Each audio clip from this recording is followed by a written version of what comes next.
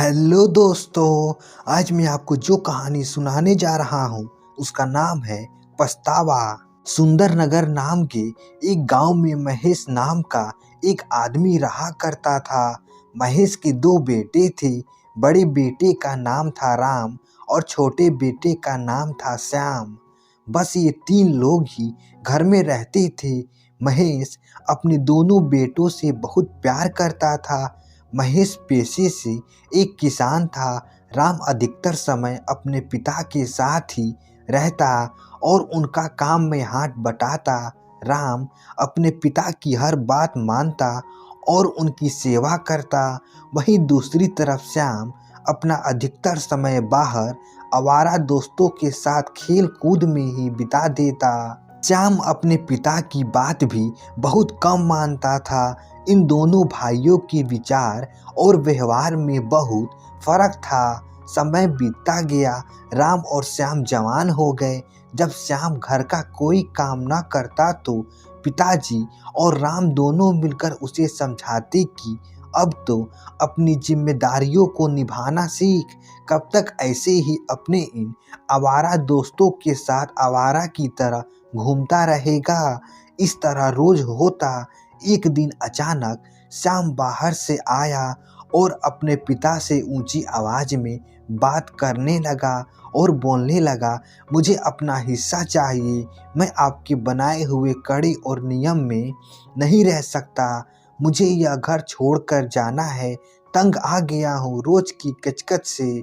जरा देखो, ये ना करो वो ना करो और रोज सुनाते रहते हैं। इधर पिता ने श्याम को प्यार से देखा और समझाते हुए कहा, बेटा यह सब तुम्हारा ही तो है। आखिर यहाँ से अलग होकर कहाँ जाओगी, कैसे रहोगी। हम सब एक परिवार हैं। मिलजुल कर रहने में ही भलाई है। लेकिन श्याम पर अपने पिता की बातों का कोई असर ही न हुआ। वो बस अपनी जिद पे अड़ा रहा। इतने में राम गुस्से में बोलता है, जाने दो पिताजी, जाने दो, दे दो इसका हिस्सा। न जाने कैसे लोगों के साथ रहता है। एक दिन जब ठोकर खाएगा तो खुद ही समझ जाएगा और उल्टे पांव यहीं वापस आएगा। पिताजी ने श्याम को उसका हिस्सा दे दिया। श्याम अपना हिस्सा लेकर अब बहुत खुश था। श्याम अपना हिस्सा लेकर घर छोड़कर चला जाता है। अब श्याम को कोई रोकने टोकने वाला न था। बस अब सब कुछ अपनी मर्जी से करता। श्याम अपने उन्हीं दोस्तों के साथ मिलकर रहने लगा। उसके दोस्त अच्छे नहीं थे। श्याम शुरू से ही बुरी संगत में था, जिसका नतीजा आज उसके साथ ऐसा हो रहा था। कुछ दिन तक तो सब ठीक चलता रहा, लेकिन एक दिन ऐसा आया जब श्याम के पास सब पैसे खत्म हो चुके थे।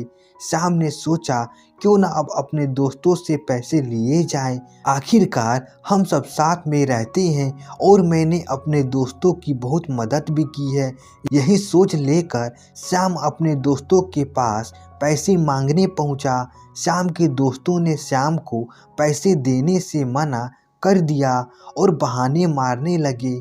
यह वही दोस्त थे जो कल तक श्याम के पैसों से मजे करते थे। अब श्याम का उन लोगों से पैसे को लेकर बहस हो जाती है। बात इतनी बढ़ जाती है कि सभी श्याम को वहां से मार कर निकाल देते हैं। आखिरकार श्याम उदास मन से मुंह लटकाए वहां से चला जाता है। श्याम इस बात को बहुत देर से समझा कि ये लोग मेरा बस इस्तेमाल कर रहे थे। अब जैसे पैसा ख़त्म हुआ तो लात मार कर मुझे घर से निकाल दिया। श्याम के पास खाने की भी पैसे नहीं थे। 2-3 दिन तक श्याम भिखारियों की तरह इधर उधर भटकता और कोई कुछ दे देता तो खा लेता। इस तरह रूखा सूखा खाकर कहीं कोने में सो जाता। अब श्याम को अपने पिता की याद आने लगी। अपने पिता की कही गई बातों को सोचकर श्याम फूट फूट कर रोने लगा। उसे अपने भाई की नसीहतें याद आने लगी। खुद को श्याम कोसता हुआ कहता है, मैं कितना अज्ञानी था जो इन दोस्तों की बहकावे में आ गया और अपना घर छोड़ दिया। इन दोस्तों ने मेरे दिमाग में ऐसी बातें भर दी कि मैं खुद को अच्छे और बुरे में फ़र्क ही ना कर पाया। बस अपनी अज्ञानतावश में अपने पिता और भाई की बताई बातों को समझ ही ना पाया। श्याम बहुत कमज़ोर हो गया था। अब उसे अपने किए पे बहुत पछतावा हो रहा था। सोच रहा था कि काश मैं अपने पिता और भाई की बात मान लेता। मैं उन लोगों की बातों को समझ ही नहीं पाया। श्याम की आंखों से पछतावे के रूप में आंसू बाहर निकल रहे थे।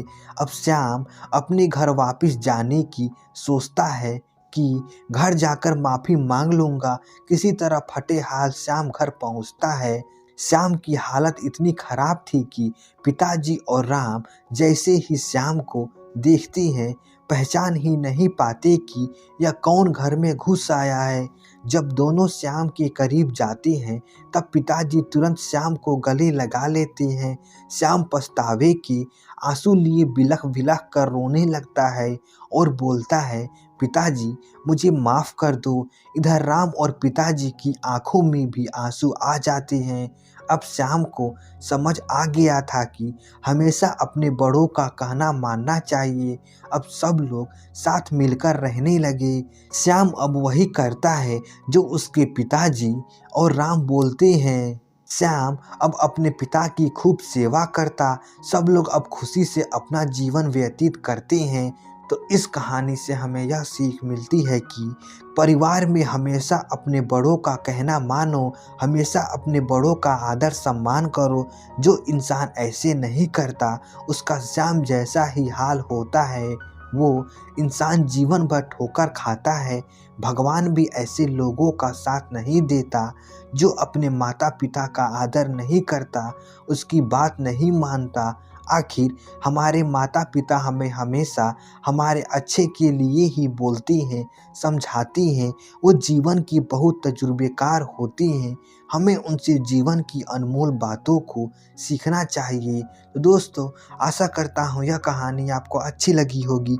ऐसे ही मज़ेदार कहानी सुनने के लिए हमारे चैनल को सब्सक्राइब कर दीजिए।